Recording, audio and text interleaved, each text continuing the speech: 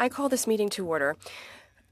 Welcome to meeting number 66 of the Standing House of Committee on Official Languages in accordance with Section 108.3 of the rules and the motion adopted by the committee on April 21st, 2023.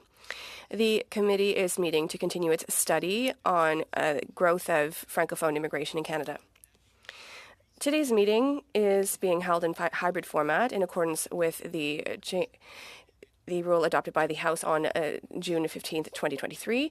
MPs can participate in person or through Zoom. To ensure the proper functioning of the meeting, I would like to give you a few rules before we get started. Before you take the floor, wait for me to name you. If you are participating by video conference, click on the microphone icon and activate your microphone. Please put yourself on mute when you are not speaking. Concerning interpretation, for those who are on Zoom, you have the choice at the bottom of your screen to choose between the floor, the English or French channel. For those who are in the room, you can use, as you know, the earpiece and choose the desired channel. Although this room is equipped with a high-performance audio system, it is possible that feedback can occur. This is very harmful for interpreters and can harm them, injure them. The most frequent cause is an earpiece placed too close to a microphone. So therefore, we would ask all participants to be careful while handling earpieces, particularly when your microphone or your neighbor's is, in order to prevent incidents and protect the interpreter's auditory health. I invite participants to ensure that they are speaking in the designated microphone and to avoid handling the earpieces by setting them on the table far from the microphone when they are not in use. I would remind you that all observations by MPs and witnesses must be addressed through the chair. And for MPs present in the room, if you wish to speak, please raise your hand. For members on Zoom, please use the raise hand function. The clerk of the committee and I will do our best to maintain a speaking order. And we thank you for your patience and your understanding in this matter. So in accordance with our routine motion concerning connection tests, I wish to inform the committee that all witnesses carried out sound tests before the meeting. But I would like to draw to your attention that one witness who was supposed to be joining us in person has not yet arrived. We don't know if there's been a mix-up, and perhaps there will be a sound test conducted on the fly. Welcome, everyone. Welcome to our witnesses. Ms. Marie-Ève Forêt, who is the president. Yes, go ahead, Mr. Godin. I would simply like to have information because usually we receive briefing notes from the library in advance, and we received them this morning at 10 a.m. for a meeting at 11. Is that an IT problem, or is that unusual? Is it a new practice, or is it simply the fact that the document was finished at the last minute it's for unavoidable reasons that it was tabled around 10 this morning, if my memory serves. But at the end of this meeting, I would like to speak to you about that and just take a quick minute for the next two meetings. And we'll talk about that when we've heard from all of the witnesses. So, in person, yes, Mr. Beaulieu, you go ahead. So there are two speakers per hour, or it's a 2-hour time slot, so we can choose our questions in accordance. So, okay, we'll start our second round of questions in the second hour. Yes, based on the format that the committee agreed on. No other questions? Okay, welcome. First of all, to those who are here in person, Marie-Ève Forêt, President and Senior Researcher at Sociopol, the Professor Louisa Véronis from the University of Ottawa is still not with us. Mr. Cyril Simard from my region over Zoom. He is the Vice President of Development for the Collège Communautaire in the Magnuson province of New Brunswick, and also Madame Morin. She is the Director General of the Fédération Nationale des Conseils Scolaires Francophones, and Tanya Saumur is the Second Vice President. So, as usual, we will give the witnesses time to give a a presentation of a maximum of 5 minutes. I'm very strict on time. If you don't have the time to finish your thoughts, I'm sure you will be able to do so during the question and answer period.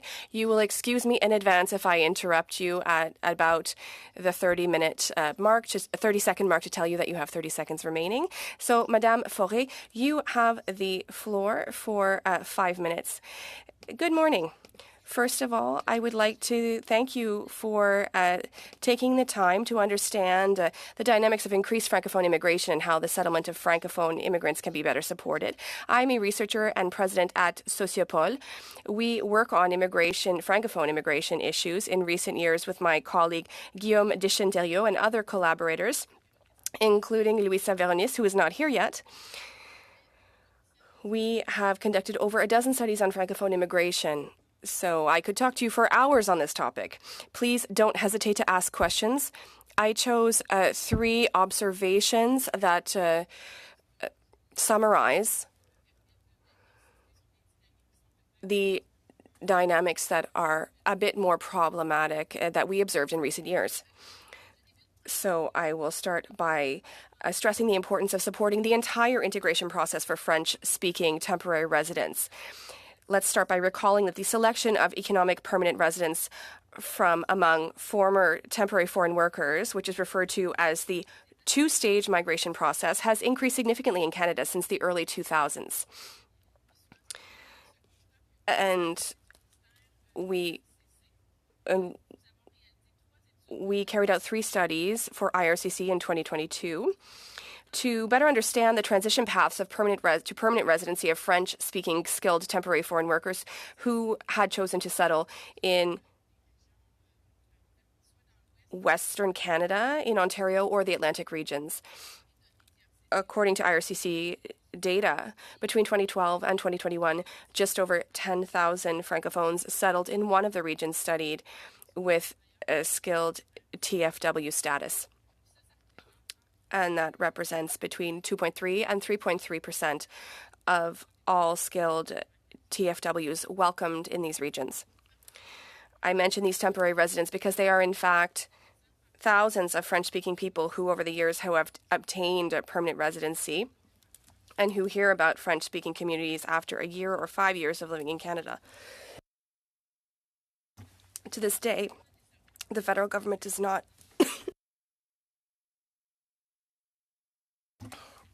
There's no process for these people.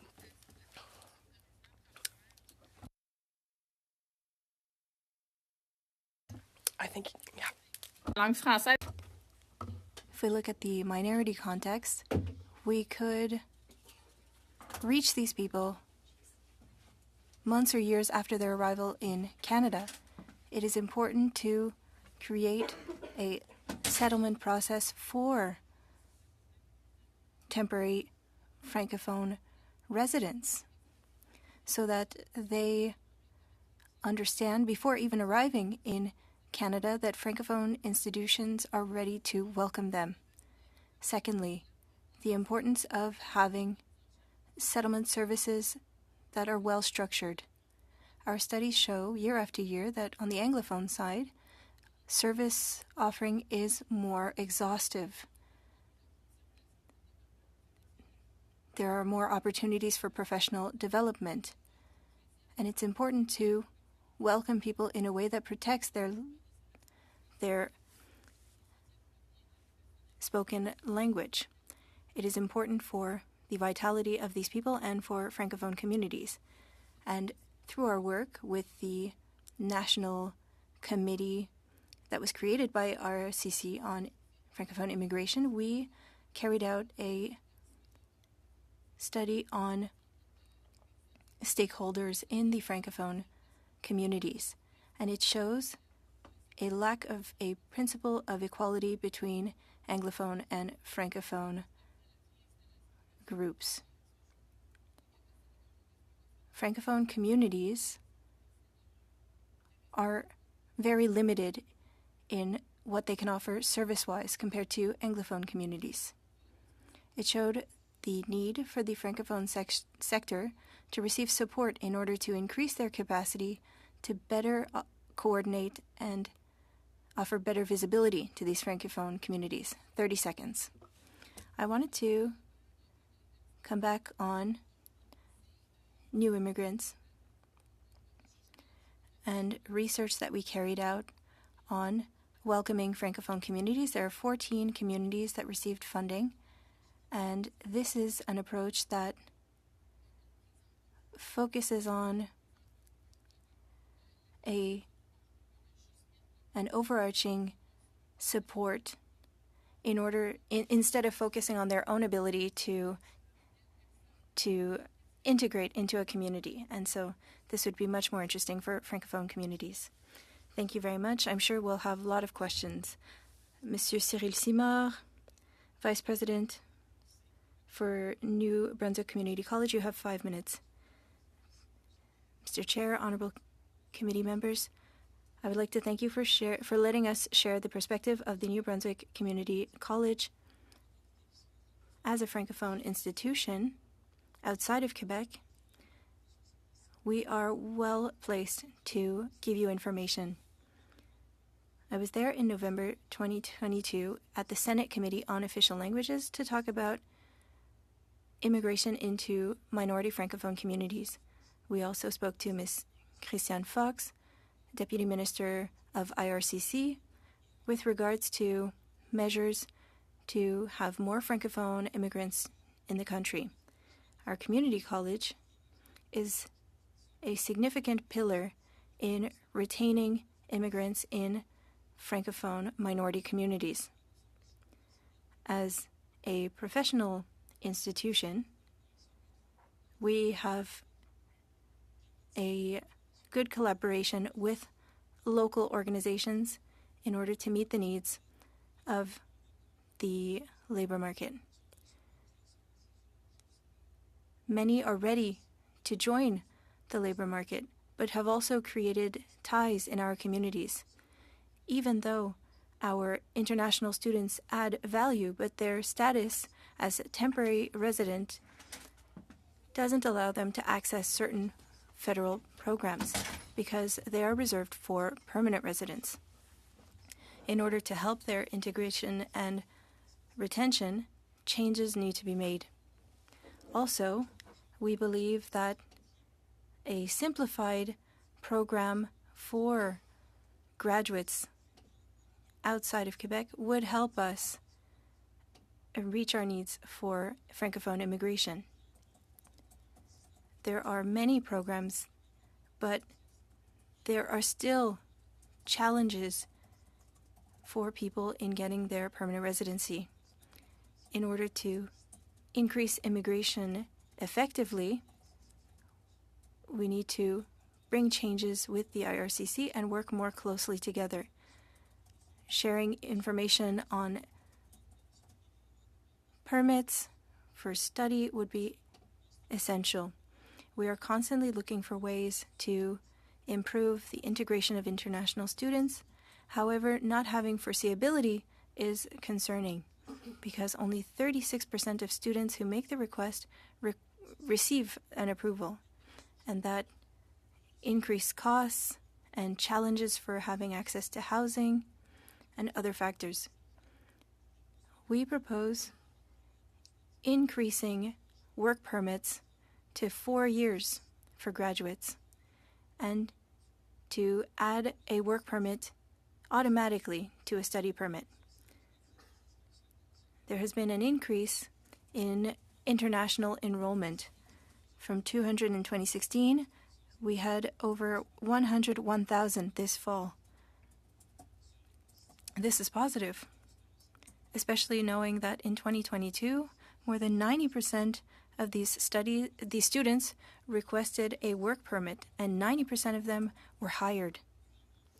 A lot of the students that we receive come from Western or Central Africa. We need to examine construction, for example. Our country is facing a housing crisis, and it's the same in New Brunswick. But there are two things that limit us. In a lot of countries, construction skills are shared from one generation to the next without requiring post-secondary education. Often, in certain regions, these are not well-paid jobs, and so families might think that opportunities are limited for their children. Thanks to our work with provincial governments and local organizations and embassies, we examined these issues in depth. And so we saw an increase of enrollment in those programs, but there's a lot of work that needs to be done still.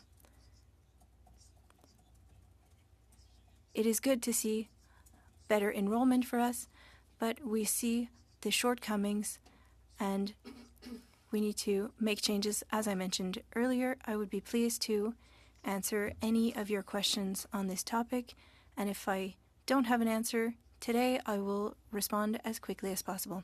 Thank you, Monsieur Simard. For the Fédération nationale des conseils scolaires francophones, you have the floor for 5 minutes.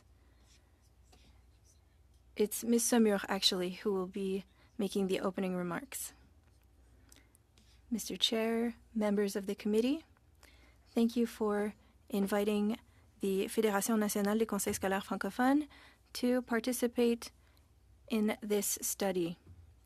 I would like to wish you a pleasant day for Franco-Ontarians. We wish to ensure the growth of Francophone minority communities across the country. I am accompanied by our General Manager, Valérie Morin. With the exception of the pandemic period, during which enrollment declined slightly, French language schools in minority settings are growing steadily across the country. For example, since 2016, more than 13,000 new students have joined the network, while 73 new schools have opened. Many rights holders are discovering that they can send their children to school in French. Many want to pass on their mother tongue to their children or reclaim it for themselves, as they were previously forbidden to learn in French. This growth in school enrollment is largely due to students from recent immigrant families. They are helping to redefine the francophonie, which is now highly diverse and resolutely plural. Following the 2021 census, Statistics Canada revealed that the country's linguistic diversity continues to grow. We are also seeing this in our schools. For example, at the Conseil des écoles publiques de l'Est de l'Ontario, one of our members that covers the Greater National Capital Region, students and staff from over 130 countries speak 96 languages. Again, according to the latest Statistics Canada data, just over 4 out of every 10 school-age children who attended an official language minority school came from an immigrant background. This, once again, is confirmed by the attendance profile of students in our schools. In Ontario, the Identity Survey recently carried out by the Ontario government to determine students' country of origin, year of arrival, and place of birth showed that nearly 1 in 2 students in the province's French language schools, or 44%, came from an immigrant background. This is significant when you consider that 65% of the students in our national school network are in Ontario. School plays a role that goes far beyond educating children. It is a key player in the integration of these students and their families. Unfortunately, this role is not sufficiently recognized by the federal, provincial, and territorial governments. The French language school system must not only ensure the recruitment, reception, and retention of students from recent immigration, it must also promote the transmission of Francophone culture and language and help families settle in our communities. To play this role effectively, the school needs to work hand in hand with organizations that help French-speaking newcomers. Many of the French-speaking immigrants in our network come from countries in conflict and therefore need support to ensure their academic success and well-being at school.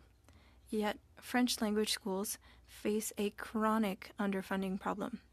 In 2009, the Protocol for Agreements for Minority Language Education provided $5,200 per student for the additional costs associated with French language schooling in a minority context. In 2023, due to network growth and the rising cost of living, each student will receive just over half this amount, despite the program enhancement announced by the federal government in the new action plan for official languages. Ottawa must continue to catch up financially, while the provincial and territorial governments must adapt their funding formulas to reflect the specific nature of French language schools. During the current school year, the Supreme Court of Canada will deliver its ruling on the issue of admission management for French language schools in the Northwest Territories. Immigrant families and Francophile parents would like to be able to enroll their children in French language schools. Section 23 of the Canadian Charter of Rights and Freedoms, created 40 years ago, must be able to reflect the new reality of our communities. You have 15 seconds. Our federation sees an increase of Francophone immigration as a good thing. And it's important not only to ensure the demographic weight of Francophone communities outside Quebec, but also to meet the crying need for manpower in French language schools. Thank you. We're going to start our rounds of questions. Our other witness has not yet arrived. So 4 witnesses. How it works is that the first round will be with 6-minute questions from all the different parties. And we'll start with our first Vice Chair, Mr. Joël de Godin. You have the floor for 6 minutes. I would like to wish everyone a good Franco-Ontarian Day. It's important to raise this here at our committee. Thank you so much to our witnesses for being with us today. It's important that we are given the tools to do better work. My first question is for Ms. Forêt. Earlier, you talked about supporting the integration process. I think it's important. And you received an order from IRCC, and were you able to meet this request?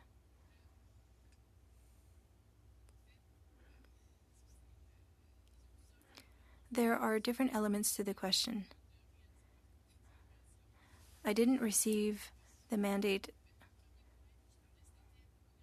for that, but the first point that I mentioned had to do with temporary residence, and I think that you were coming back to the second point. You talked about something that was told to you by IRCC, and I wanted to know if you were able to respect that. So it was a study, and the first one that I mentioned had to do with the transition from qualified temporary foreign workers who were Francophone and them getting their permanent residency. And we needed to study how the transition was done and what were issues that were faced and how that transition could be made better. And so there were 3 regions: the West, the Ontario region, and the Atlantic region. And so the reports have not yet been published, but we will be tabling them shortly. They are currently being translated. You said also that Canada is a role model internationally, but you said that the absence of real equality of Francophones versus Anglophones is a problem in Canada, but the international perception is that Canada is a role model. Can you tell us a bit more about that? Yes. The perception, I think, is that Canada is a role model in terms of integrating immigrants, generally speaking. I don't think that Canada is a role model for integrating Francophone immigrants. The data, when we look at real equality, it appears at each step of the integration process. When we look at recruiting, are we reaching true equality? No. In terms of services offered, do we reach true equality? Does that mean that Francophone immigrants receive equality of services, settlement services that are equal in the Francophone and Anglophone sectors? And then we talk about resettlement services. That means that for people who are refugees, there really aren't many services in French. What that means is that those people, when they arrive in Canada, there's no active offer. They're not told that they have the right to be welcomed in French if that's their preference. And that we could work on, obviously. I'll have many more questions later on concerning the impact of targets and the fact that we are in catch-up mode. But my next question is for the Fédération des Conseils Scolaires. You spoke earlier about 2009. I liked your example of the fact that there were $5,200 per student, and in 2023, it's about 50%. So what is the impact on the development of Francophone students currently, given the fact that the action plan is reducing the contribution by 50%? It has a cost for our institutions with 50% of the funding. And growing staffing funding should follow. So I'll ask my question differently. Does that situation mean that in our communities, immigrants who want to learn French are not encouraged to do so because they have fewer services? I'll answer by saying that not everyone knows that they can receive education in French. So I think that immigration officers from IRCC, the high commissions and the consulates can be part of the solution. And what I understand is that it's not a matter of money. It's a matter of goodwill and intention, and the agencies and officers in contact with these immigrants can give them this information, and it doesn't cost a red cent. Yes, I would say it's both. It is a question of better tailoring programs, as Marie-Ève mentioned, a real equality in all of the steps of the continuum to welcome immigrants, Francophone immigrants. So there is a goodwill. There needs to be goodwill to adapt these programs. For example, in what we have in the school board system is based on what they have in the English system, and there needs to be better funding to have officers. Ontario is a role model in this. There is a welcome program for new Francophone newcomers where this is money that is granted by the province to have officers in each of these schools to accompanies students, but that is an additional cost. Thank you. I gave you an extra 30 seconds. I need to be fair with everyone. And the next question will come from the Liberals. For Mr. Iacono, you have the floor. Thank you, Mr. Chair. And thank you for the witnesses for joining us today. Madame Faure, can you prove that there exists a correlation between the participation of Francophone communities in minority situations and recruitment programs on the ground and an increase in Francophone immigration in those same communities?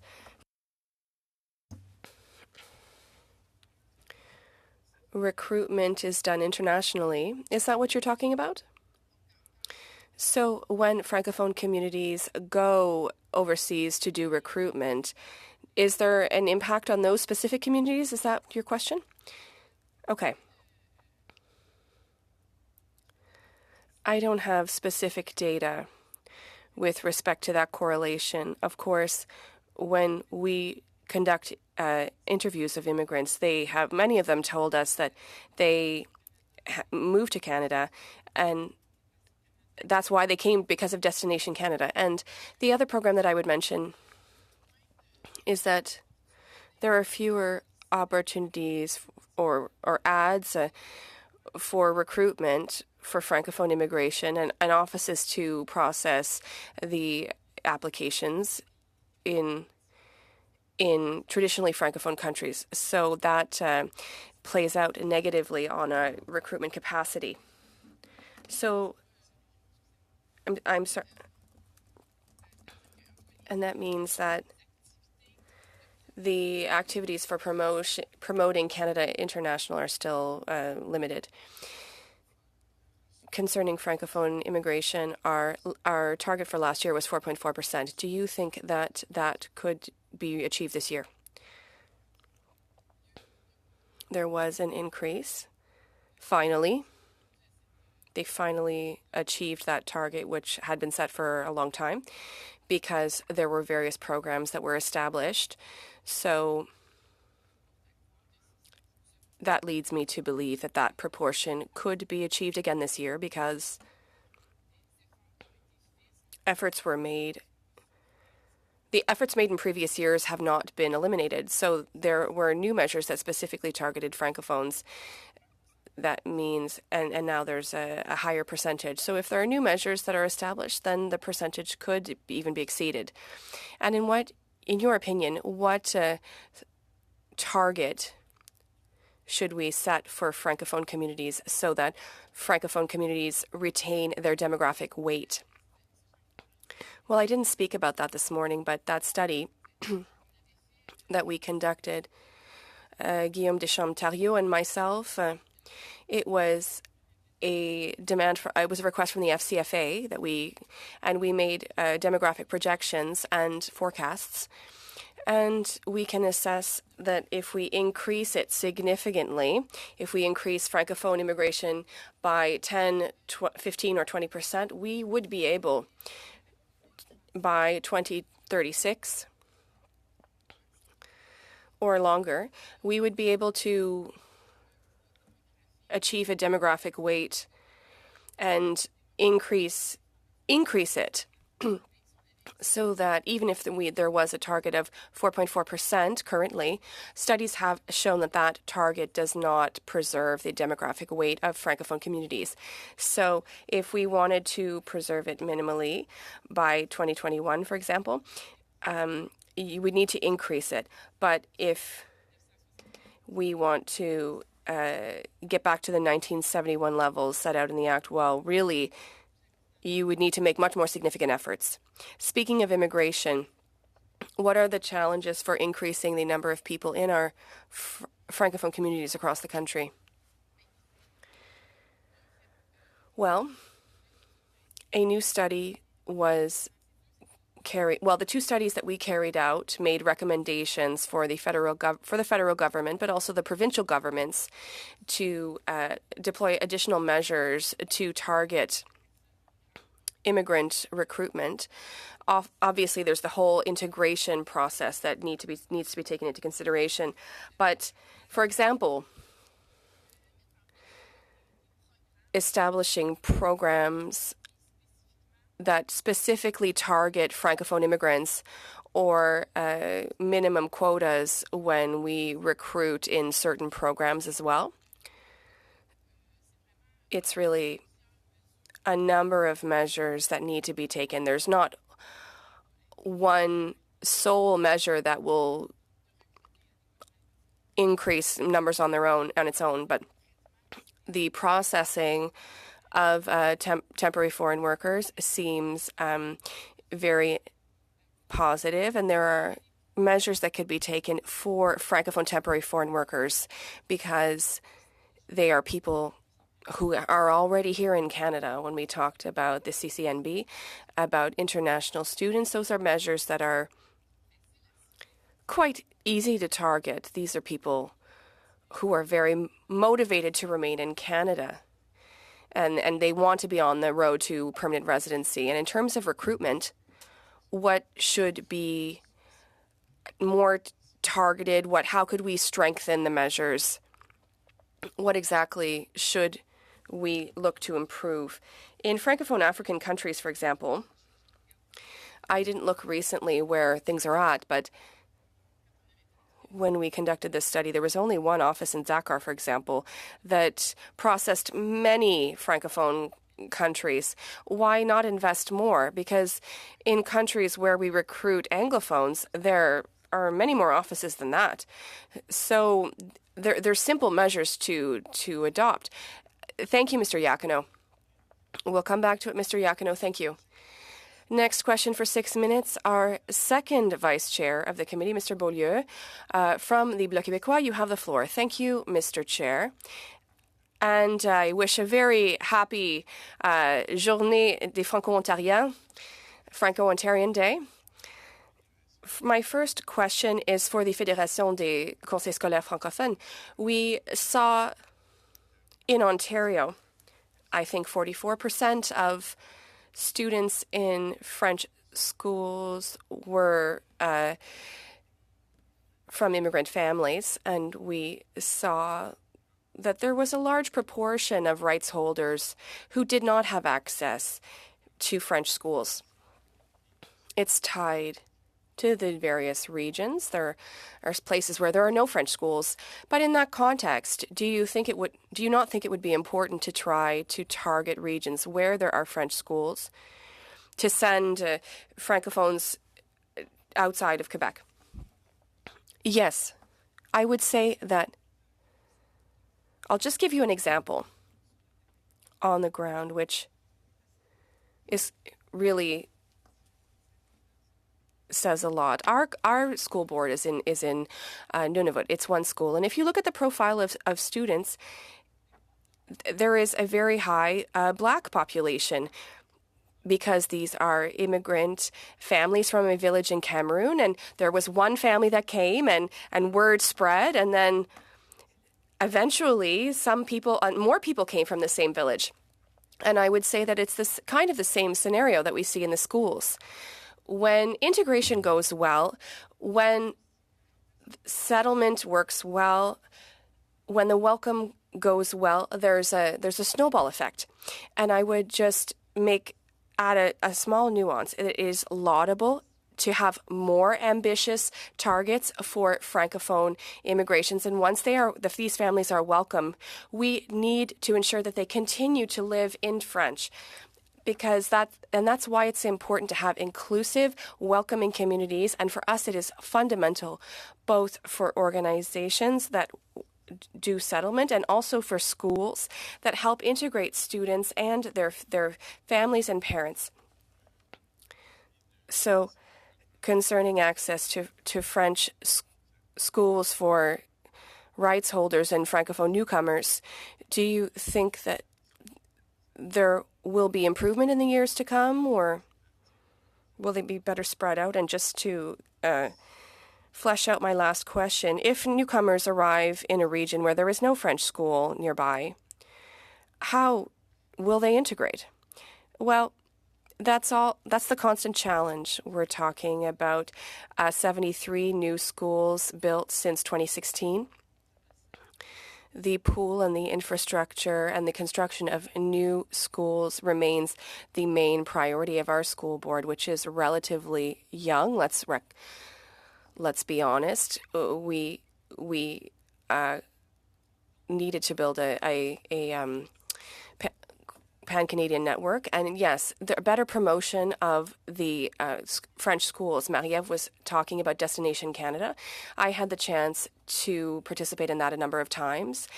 And we use this international fair where people are nearly at the end of their process to immigrate to Canada with a minimum of 200 new enrollments in our schools. And our kiosk was one of the busiest because parents don't know that they have this right, this possibility to continue their children's education in French.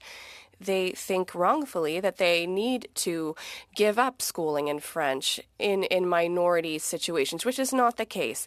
There was a wide array of services, and there was the possibility for them to enroll their children in French language schools. Unfortunately, there are still in some provinces and territories, and we mentioned one example, where the right of admission is still difficult, and where some Francophone families and Francophile families encounter some resistance before they can enroll their children in French schools. But that is decreasingly the case, and that is why we are before the Supreme Court of Canada to have them weigh in on the issue. So So Francophone newcomers are told about places where they will have access to school in French, and they can maybe focus. Yes, we talk about promotion. There is our website is a national window on the issue, which gives an overview of Francophone schools in the country. Good. So you won't have the time to wrap up. My question is for Madame Fauré. You conducted a study at Sociopol on post-secondary studies in the language of the minority, and you talked about overfunding in post-secondary with the funding of the post-secondary education outside of Quebec. So I would like you to tell us a bit more about that, and you can tell us what is the impact of that. Thank you, Mr. Beaulieu, for the question. So it's a study that was ordered by Canadian Heritage. And yes, the gap is quite striking in terms of funding when we look at the Anglophone network, the post-secondary network, when we look at the colleges and universities in English in Quebec and in French outside of Quebec. Unfortunately, I don't have the numbers that I can just cite off the tip of my tongue, but when you look at the proportion of Francophones in a given province and the proportion of people who have access to post-secondary education in French in that province, there is an enormous gap. It's either half or less in the West, where there are very small campuses that are established. Thank you, Madame Fauré. If there is additional information, and this goes for all witnesses, that you wish to communicate with us, please don't hesitate to do so via the clerk. She will distribute that information to all members of the committee. So please don't hesitate to share statistics that you think would be useful. I will give the last question to the NDP. You have the floor for 6 minutes. Thank you and welcome to our witnesses today. As you know, the goal for our study is not only to better understand the challenges that we face in our country, but also what recommendations we can make to the federal government in order to find solutions.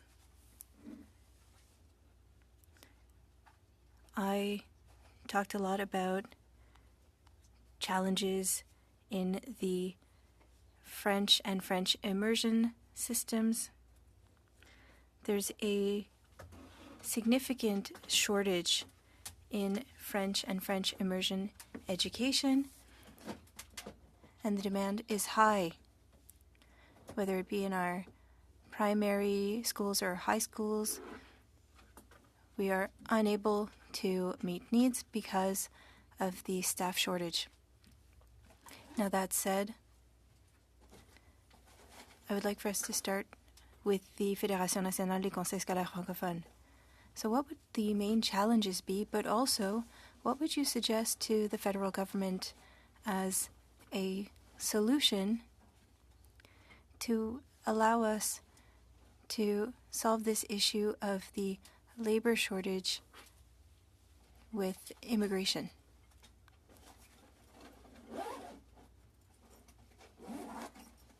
Thank you, Ms. Ashton. We would like an improvement for the temporary workers in our schools. The current program does not meet the needs of our school boards currently. I would just like to remind everyone that Francophone immigration ensures the vitality of our Francophone minority communities. And if I might add, Ms. Ashton, when we're talking about a shortage of school staff or in daycares, this is a significant issue. And so it is essential to have a process that recognizes the skills of foreign workers more quickly. Currently, the process is a difficult fight to get through, and so we need to work more closely with professional orders so that there is a more supple process that allows these qualified workers to come and work here. I used to participate in efforts and share information on work in Francophone minority communities, but I also helped welcome or receive CVs from staff and teachers that wanted to work for our school boards. And so on our website, we had a tab with all of the job offerings, with the salaries and the process to be hired in our school boards. But there is a limit to what the Federation can do. There's something that needs to be done with the different professional orders. And so work needs to be done in order to facilitate recognizing these people's professional backgrounds. On that, do you believe that the federal government has a direct role to play with working with these professional organizations that you mentioned?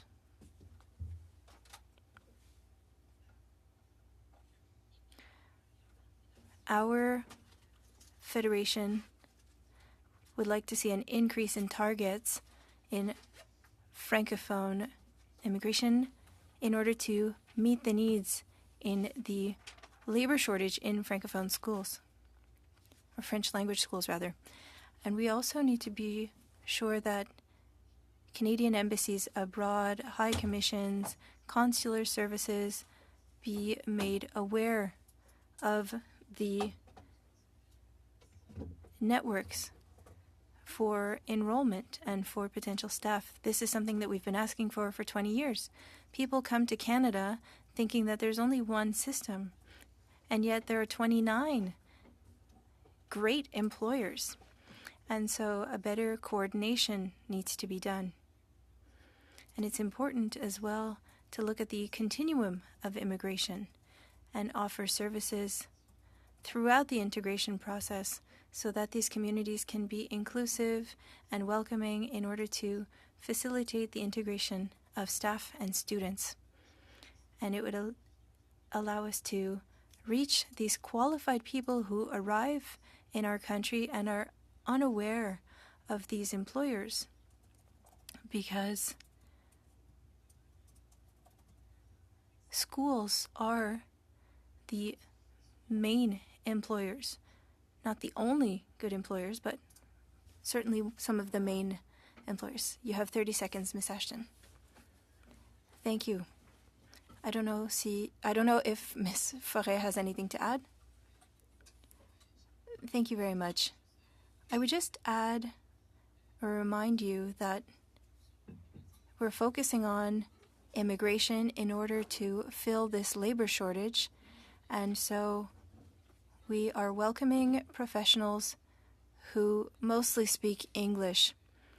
And so if the demographic changes and we receive more Anglophone immigrants, well, I'm less likely to encounter someone who speaks French when I'm trying to receive health services or other types of services in my area. And so I just wanted to remind everyone of the importance that responding to the labor shortage should have a minimum number of Francophone immigrants. Second round of questions. First questions will be 5 minutes. We'll start with Ms. Goodridge. The floor is yours. You have 5 minutes. Vous êtes en sourdine. You're on mute. I'll restart your time. Thank you. And thank you to all the witnesses for participating in our study. I would like to start with the following. We've talked a lot about a shortage of French language teachers, and even if there are many opportunities, the shortage of French-speaking teachers is a significant issue. Could you tell us more about what you see with this labor shortage? Thank you for your question, Ms. Goodridge. Currently, the Fédération nationale des conseils scolaires francophones works with the Canadian School Boards Association in order to better understand that teacher shortage for both the French system and the French immersion system, because we want to have a holistic view of the issue. It's a project that is funded by our Heritage Department and focus on both English and French services and implement changes that could help school boards and alleviate pressure in this teacher shortage.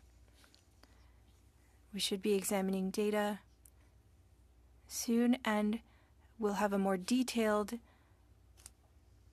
report in the spring. There is a continuum for training teachers. Universities have a role to play in recruiting students in their education faculties, but school boards also have a role to play in order to take on new teachers and to retain them, because 1 in 5 teachers will leave the field because of requirements related to the job. This data will help us to implement changes in order to face this teacher shortage. But this is a profession that needs to be valued, and working conditions need to help teachers want to stay. Thank you to Mr. Cyril Simard. I know that sometimes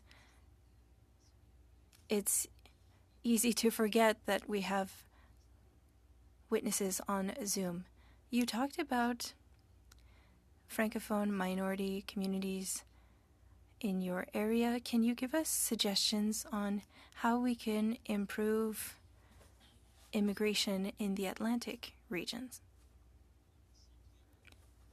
Thank you.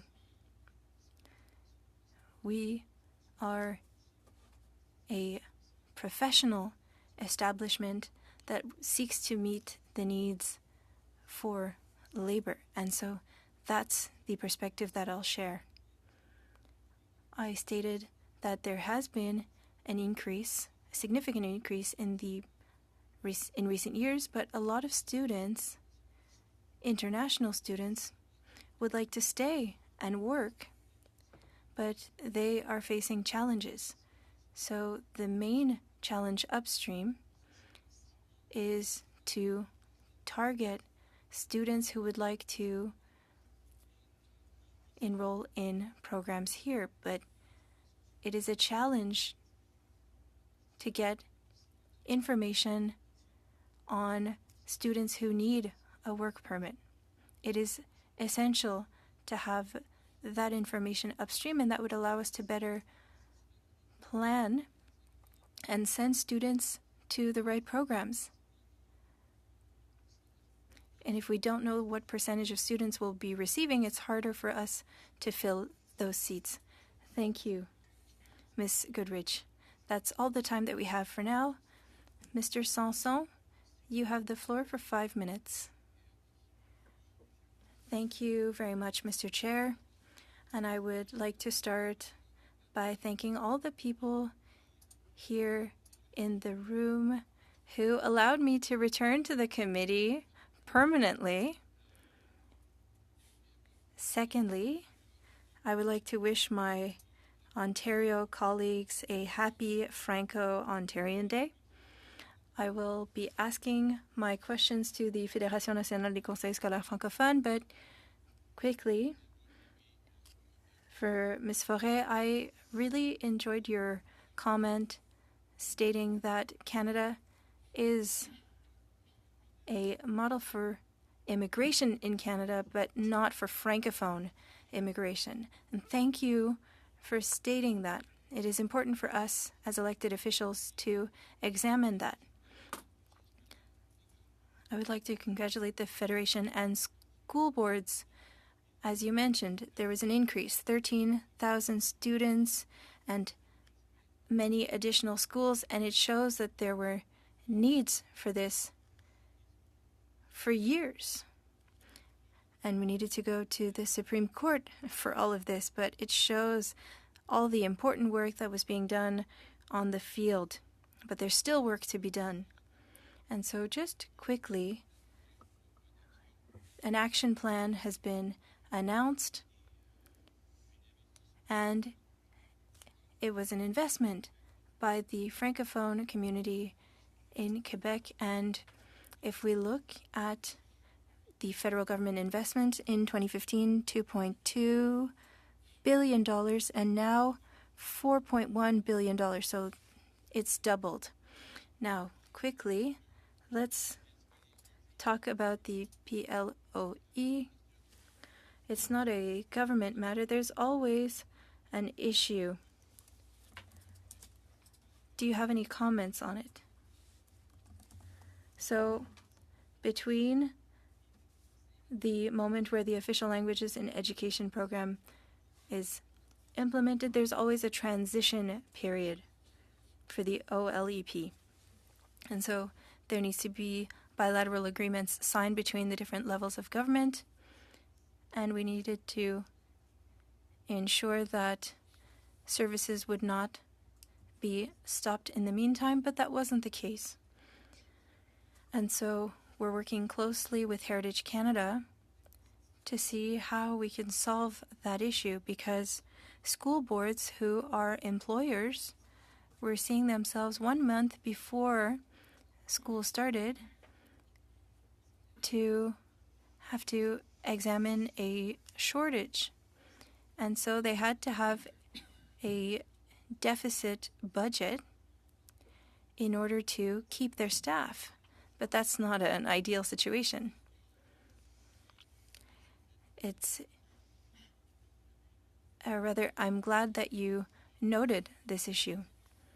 In the new Official Languages Act, we added a clause where there would be consultations with school boards, because in BC, for example, there are a lot of changes that need to be made. And how was that received in your communities? It was very well received. It's very positive. The difficulty now is receiving real-time information from PSPC. It's a bit of a bureaucracy issue at this point, but the proposal to have access to real-time information when federal resources become available at a preferential rate before they're put on the market for the public would be absolutely essential in building new schools. As you know, building a new school out of nothing is a significant investment. And so if we have access to existing infrastructure, it would help. You have 20 seconds. You talked about changes, and I just wanted to mention that the federal government has moved forward on the importance of working with the different professional orders and provinces and territories. And so we'll need to find out what we'll do to meet our goals. It's something that I examined closely. Thank you, Mr. Sanson. We have now 2.5-minute questions. We'll start with Monsieur Beaulieu. Thank you, Ms. Forêt. I would like to let you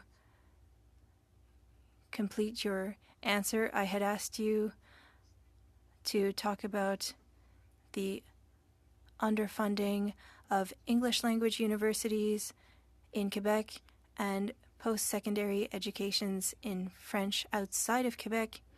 In your study, you stated there's 24.9% of universities in Quebec had students studying in English, and spending for Anglophone students represented about 30% in Quebec universities. Can you give us more information on that, and what is the impact of this on minority communities in Quebec? As you know, that's why we're here.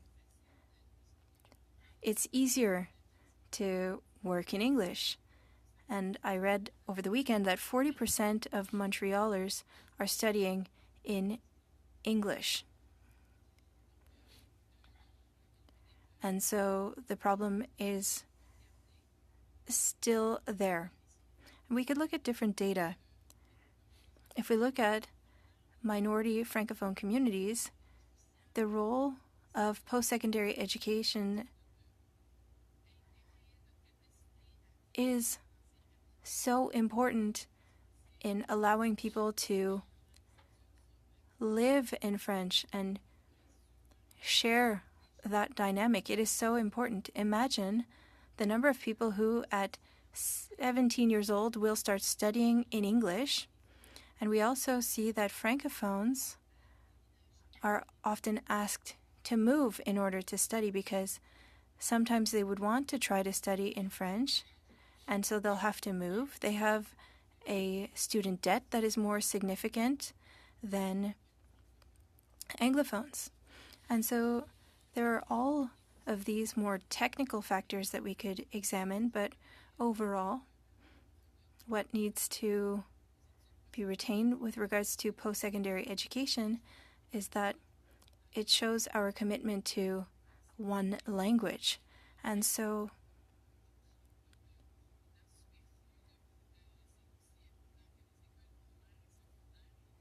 post-secondary education is just as important as primary and secondary education. 2.5 minutes now to Miss Ashton. You have the floor.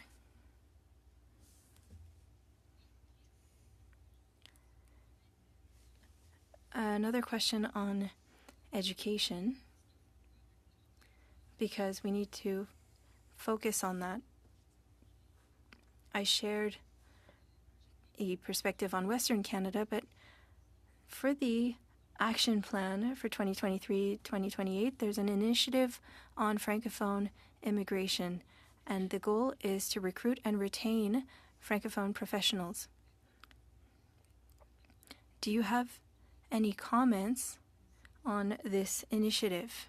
And perhaps we can start with Ms. Morin.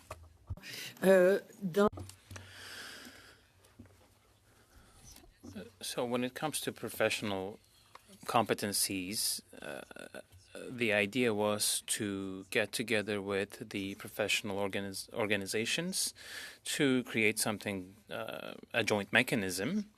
Another proposal was the following, because in our Canadian system, the federal level, of course, plays a role, but education is a competence, is within provincial and territorial jurisdiction.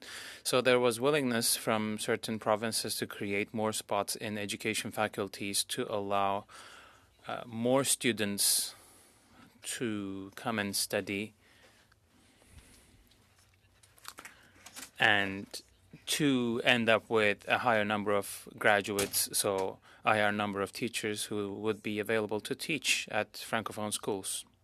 But it needs to be promoted more too when it comes to the vacant or available spots. But our employers the school boards.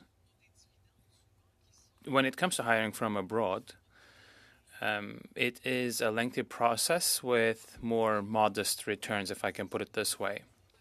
Some of them have really good human resources bases to welcome and settle candidates and recognize their professional competencies and help them find housing, because, of course, it's not just a job offer that does it for us. We have a housing crisis that we are also being impacted at our school boards. So that creates a problem for the smaller school boards. Thank you, and apologies. We have to be very strict when it comes to timing. So next round, 5-minute round. Mr. Généreux, I think you will share your time with Mr. Godin. You'll let us know when you do the switch, but you have about 2.5 minutes. Thank you, Chair. Ms. Morin, if you allow me. You have made a point multiple times. So countries that work with Destination Canada, what would be the percentage of francophone or francophile, at least, countries compared to anglophone countries? Well, the Canadian Embassy in France established a formula, and until recently it was 2 days of exhibitions in Paris. So especially French visitors were there, but also sometimes people from other neighboring countries who would make the trip, and then Belgium was the second idea. But they got rid of this idea of Belgium, so 2 days in France and 2 days in Morocco, because Canada just realized that the North African countries, of course, would make a good resource. So you are looking for candidates from francophone countries.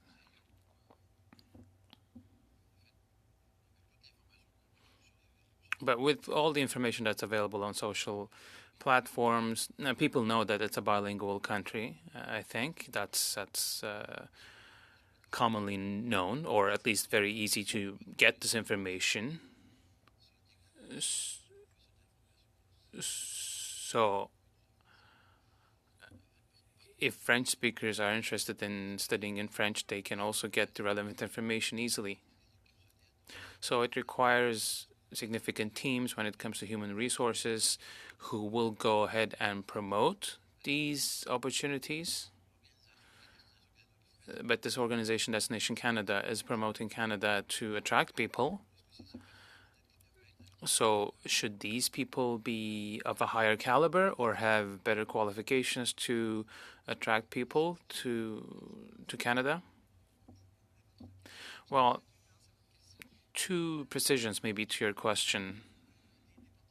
The first is, I was thinking about human resources departments who accompany the candidates that have already been selected, because interviews are usually done online, and then once you have an offer and you've accepted it, there is this whole process of accompanying the candidate in their transition to Canada. And school boards, of course, participate in these exhibitions. I know of 6 to 7 who go there, which is not the majority of the 29 total. But my experience has been that you might think that information is easy to find, but you also see people who come to our stands or to our desks, and I ask them, do you know where you will settle in when you come to Canada? Well, maybe in Ontario or Northwest Territories or Manitoba. Sometimes they have no notion of the distances involved, and so if they end up changing their target province, then additional steps are required. So sometimes this bit of information is really necessary, is required. And if you take this additional step, then you will save them a lot of hassle. But this information, even though it might be available online, as you mentioned, and of course we reference a lot of websites, and when we do that, we end up getting a lot of hits, but we still see that people don't really know the system that well. You have 1:30 left. Okay, I'll get to the point. Ms. Morin, you were saying that the current government made a promise last March about the unlocking, if you will, of the funds, the financing. Has that happened?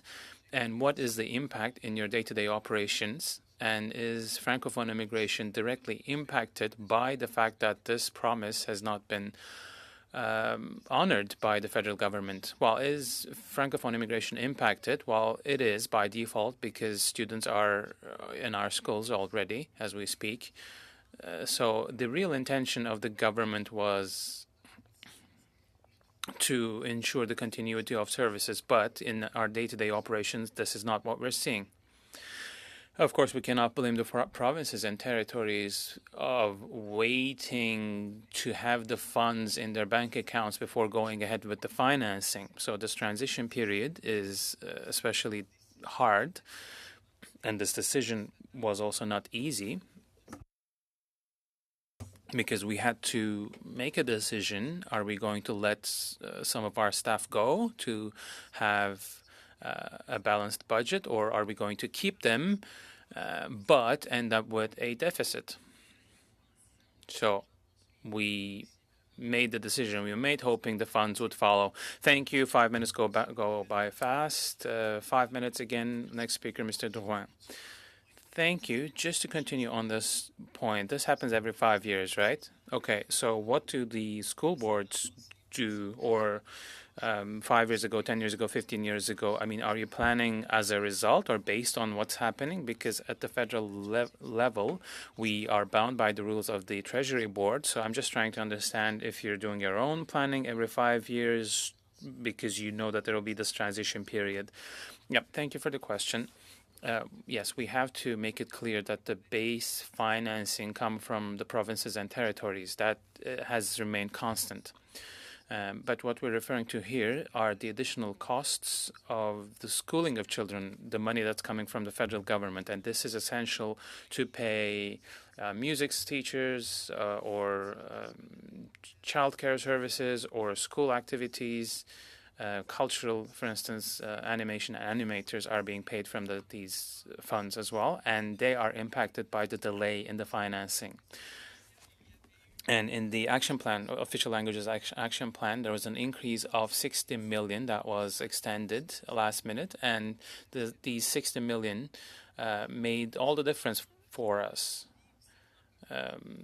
That allowed students and all others involved in the system to engage fully.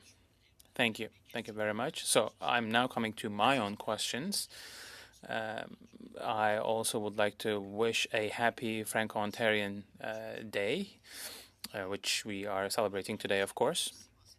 Ms. Morin, you also referred to the professional orders.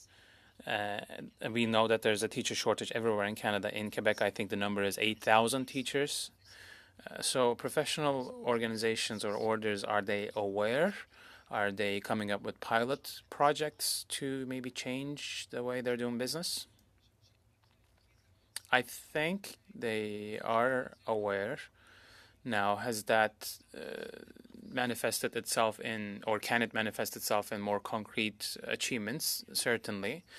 We have been trying to achieve, communicate with these professional orders, which is, of course, different in different provinces. So it is important for teachers to select their destination provinces. And if they end up changing, then, well, that changes things for us. But there has been more emphasis on recognizing the professional competencies of teachers coming from abroad. Now, can there be more initiatives of this type? Yes, of course. Thank you very much. Ms. Faure, you touched upon the question of Francophone home communities. I think there is one in Hawkesbury. So is this a model that is working? Is there some aspects of it that could be improved? Well, we have a report on this topic, which is being drafted as we speak. And I worked closely on the Yellowknife community. And this is not only in connection with the Francophone home community, because there has been a lot of changes when it comes to the general immigration framework, and some communities have achieved more success compared to others. But in general terms, in Yellowknife, for instance, this was a smaller community like yours. There is this thinking that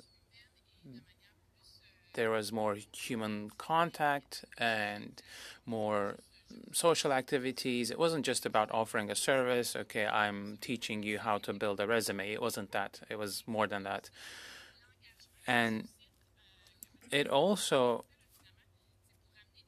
creates more engagement because you have organizations that do not really have specific mandates when it comes to delivering these services, but they are maybe more sensitive to different immigrant populations.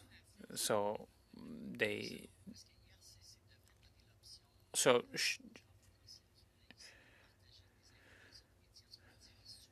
should they be given the option of sharing their information with third parties? Because at the local level, yes, they know resources, but once they are here in Montreal or Toronto, they don't really know who's Francophone or who's not Francophone.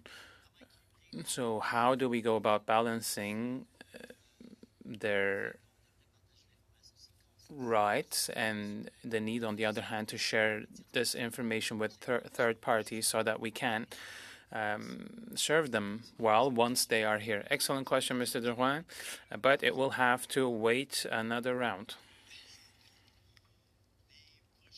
So next round of questions will be again for 5 minutes. Mr. Dalton, you have the floor for 5 minutes. Thank you very much. Mr. Stimar, you referred to the number of people who are trying to come here through different education programs, people coming from Africa.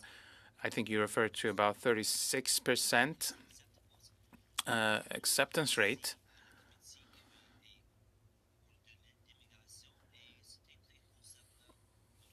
We heard about this topic here and at the Immigration Committee, and it's very concerning indeed.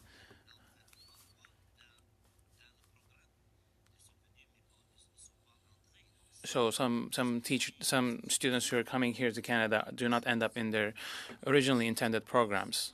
So do you see this at your institution? And what can be done to make sure that students stick to their programs? And do you generally see this being a problem in your institution?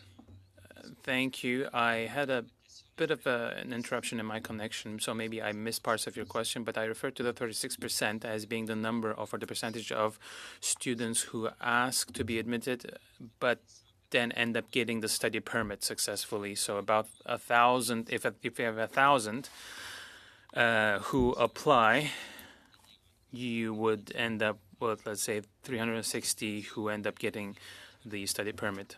So I unfortunately missed parts of your question, but there are things they can do.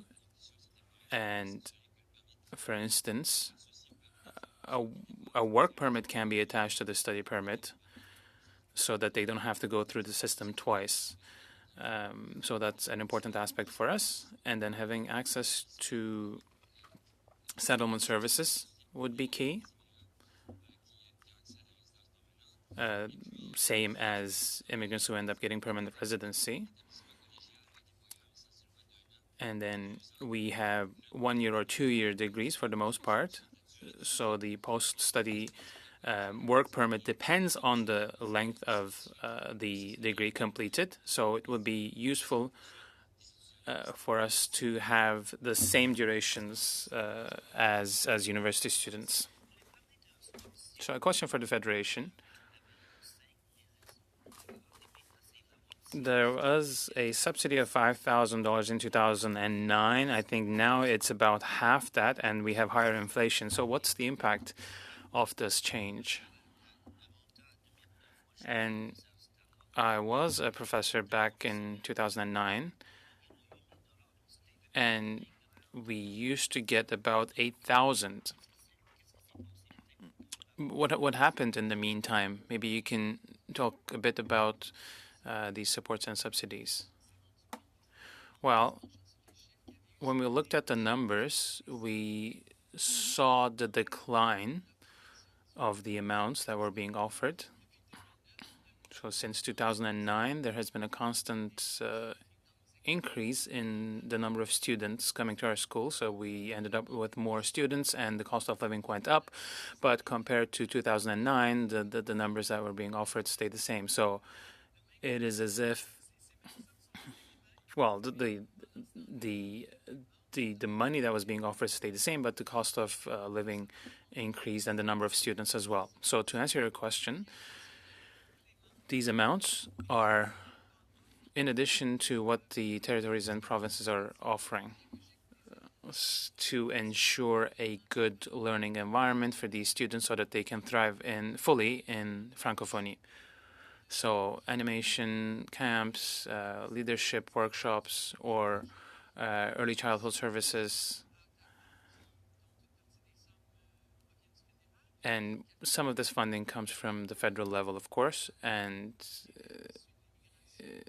for instance, we also do get-togethers with parents of immigrant students. I have very limited time, so I will have to interrupt you. What would be the percentage of Francophone and Francophile immigrants who send their children to the different programs under your school board? Because you referred to 63,000. Would that be the majority or a minority? Less than 10 seconds.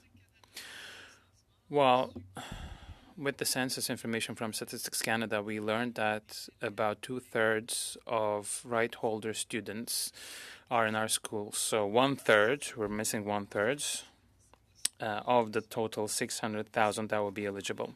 So 5 minutes to Ms. Kayabaga. You have the floor.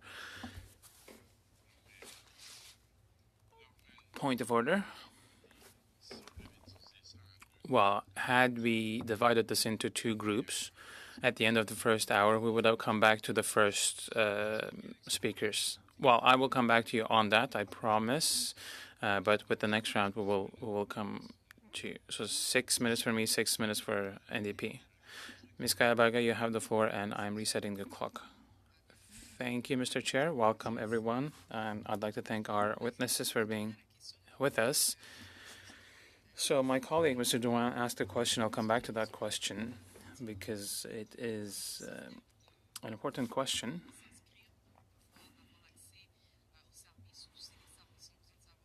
People should be able to have access to different services, and we should know where they are and what kind of access they have to different services. What do you think about this? Apologies, but I did not really get your question, maybe because of the sound. Well, one of the complaints from local organizations was that they don't know who's coming into the country. So would it be maybe necessary, of course, by respecting people's privacy, to include an option asking people if they consent to their information being shared by with third parties? Well, recently, Ontario started doing something new. That might be a good example for us because for the first time, we were able to collect information on the country of origin and the year when the students came to the country. Now, our observations, of course, told us already that we had a lot of immigrant students, and we ended up finding out that 44% of students in Francophone schools in Ontario are of immigrant origin. So it is important to be able to get this information. Ontario is doing it at the moment, but I don't know if it's being done elsewhere in the country. Si je peux continuer. If I can add to the question of integration for Francophones who arrive and settle in minority communities, Francophone minority communities. We know that in the past, witnesses told us that even if they live in French, they're Francophones. They've always done everything in French. They went to school in French. They worked in French. There's always a test that they need to do in order to receive their permanent residency. And we've heard that the test is very complicated, not only for Francophone immigrants, but also for Canadians. And so, do you believe that changes should be made to that test so that it can take into account the French that is being used in Canada? Because it limits Francophones in our country. And if the test in English is easier than the French test, well, people might go take the English instead. Anyone can answer the question. I'll start. So we're talking about language tests in order to obtain permanent residency. It allows us to add certain elements when we're showing certain linguistic qualities, and we give extra points for French.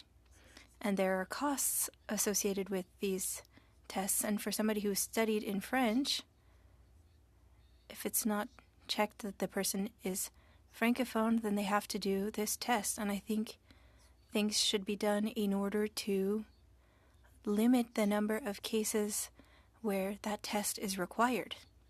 If I studied entirely in French, perhaps I could be exempted from doing that test.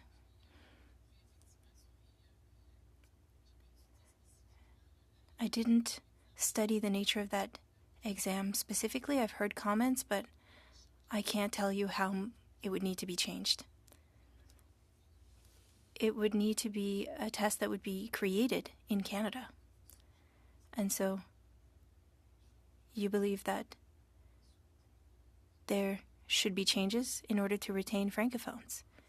What I've heard from people who've had to take this test is that the English test is so much easier that it's better for them to do the English test instead of the French test.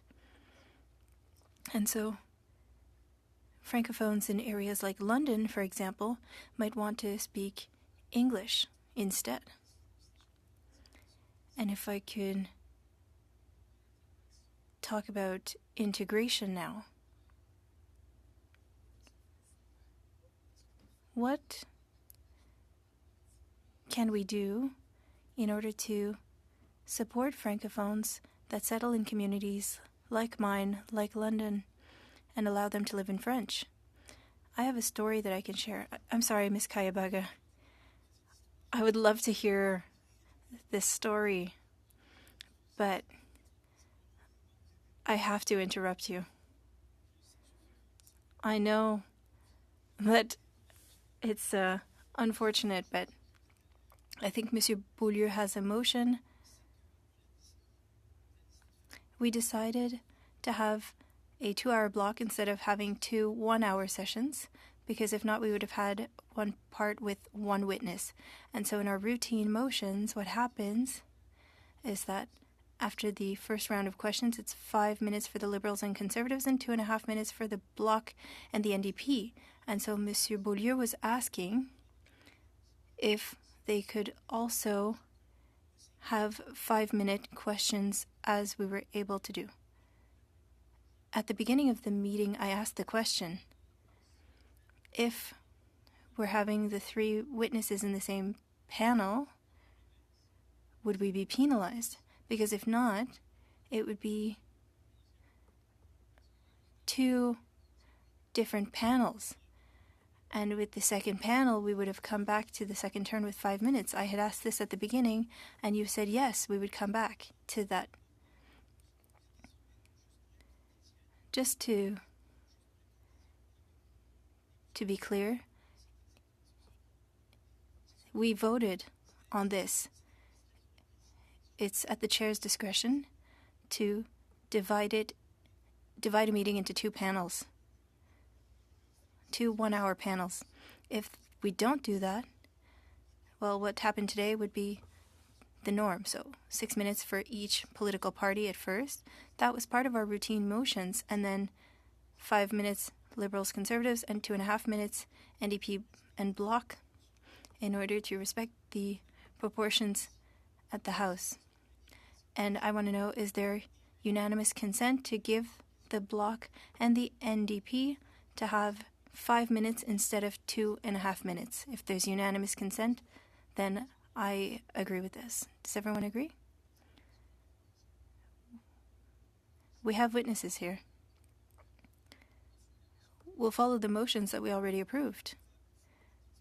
Just to be transparent, we're having a committee meeting. The question has been asked.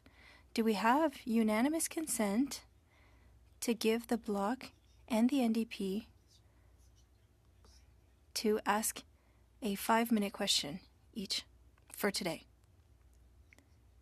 I give my unanimous consent because had we split it in 2 one-hour panels, they would have had more time. That's a false perception, actually, because in the routine motion, we don't split meetings into 2 panels. It's only when it's at my discretion, and it's only when we don't have, or we have too many witnesses. Now we have 3. We had 4, and 1 didn't turn up. I want to give unanimous consent, but I give my consent, rather. You follow? But what I mean is, we'd have to come back to this matter later. It's good for everyone. Miss Ashton, I see you nodding, I believe. Miss Goodridge, perfect. Next question. Bloc, you have 5 minutes. Thank you. So, to come back to post-secondary, there was a recent study by StatsCan that showed a link between post-secondary schools and the language in which somebody worked. And so we could assume that the underfunding of certain universities causes issues for French as a working language, and in Quebec it is an advantage for English and a disadvantage for French.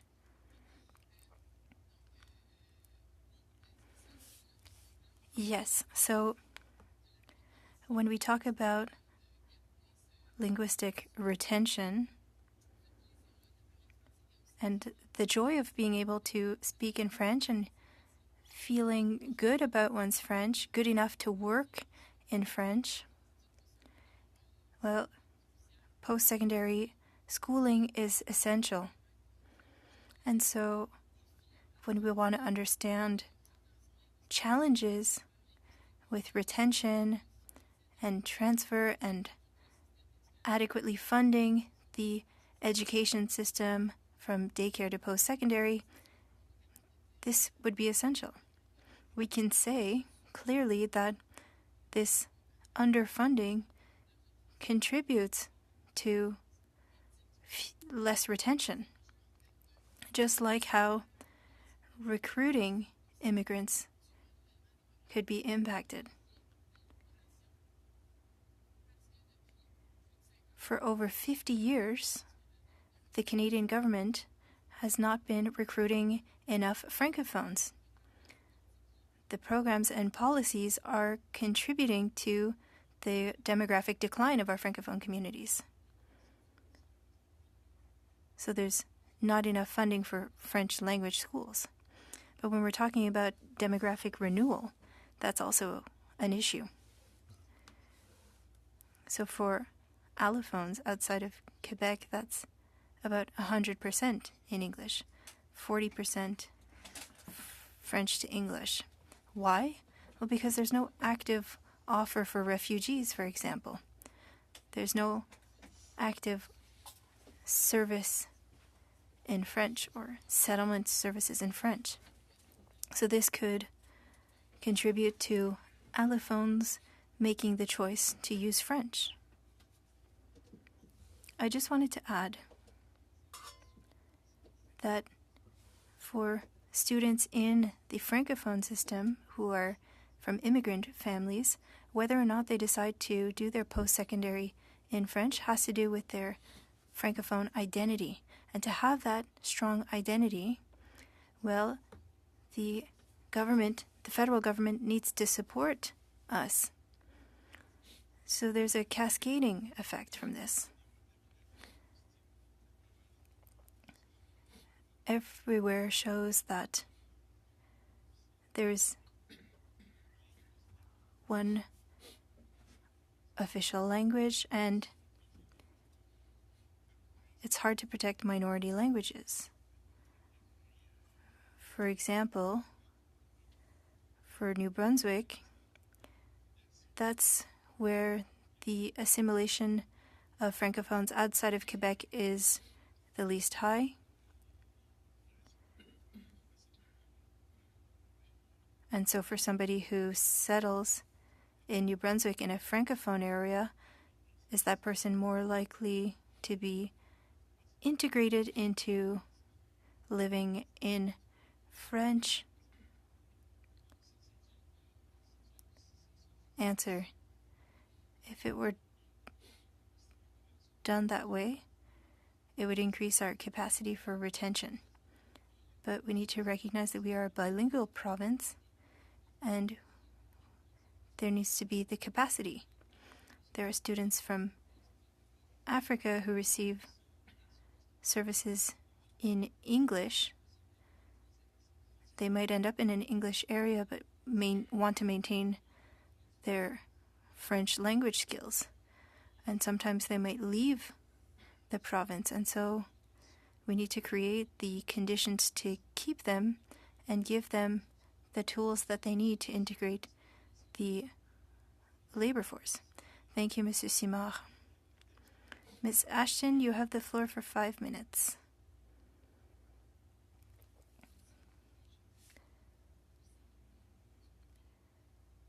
Thank you. I wanted to allow Mr. Simard to share his recommendations in order to focus on the shortage in French and French immersion schools. I don't want to repeat myself, but I mentioned that funding for international students for settlement is positive. A new program for permanent residency should be created for graduates, and I think that would allow us to have better results. We talked about a work permit being given during a person's studies, that it be associated with their study visa, and it's very important, especially in sectors like construction. If it's a 1-year program or a 2-year program, well, the permit is too limited, and it can take an electrician years to go up by the different levels in that profession. And so if the work permit would be longer, that would help. Thank you. My next question is for Ms. Morin. With settlement and the challenges that you mentioned, specifically housing. I live out west and up north.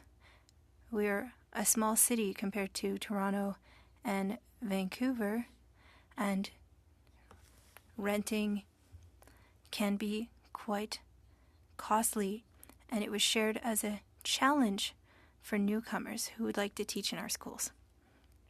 What does the federal government need to do? Does there need to be financial support for housing that could be offered to these new teachers and educators so that they can come to Canada and stay? Answer: yes, there are solutions to put forward. Currently, we have employees that welcome newcomers in their homes. Some turned their buildings into temporary housing. It's difficult when you also have to focus on people's well-being and their housing and on top of their employment, and it becomes heavy for employers. And for over 30 years, there hasn't been enough investment in affordable housing, and that leads us to the situation that we're in. I don't have a solution, but housing needs to be talked about when we're talking about a Francophone immigration policy. We want a welcoming and inclusive community, and that starts with a job and housing and a school for one's children.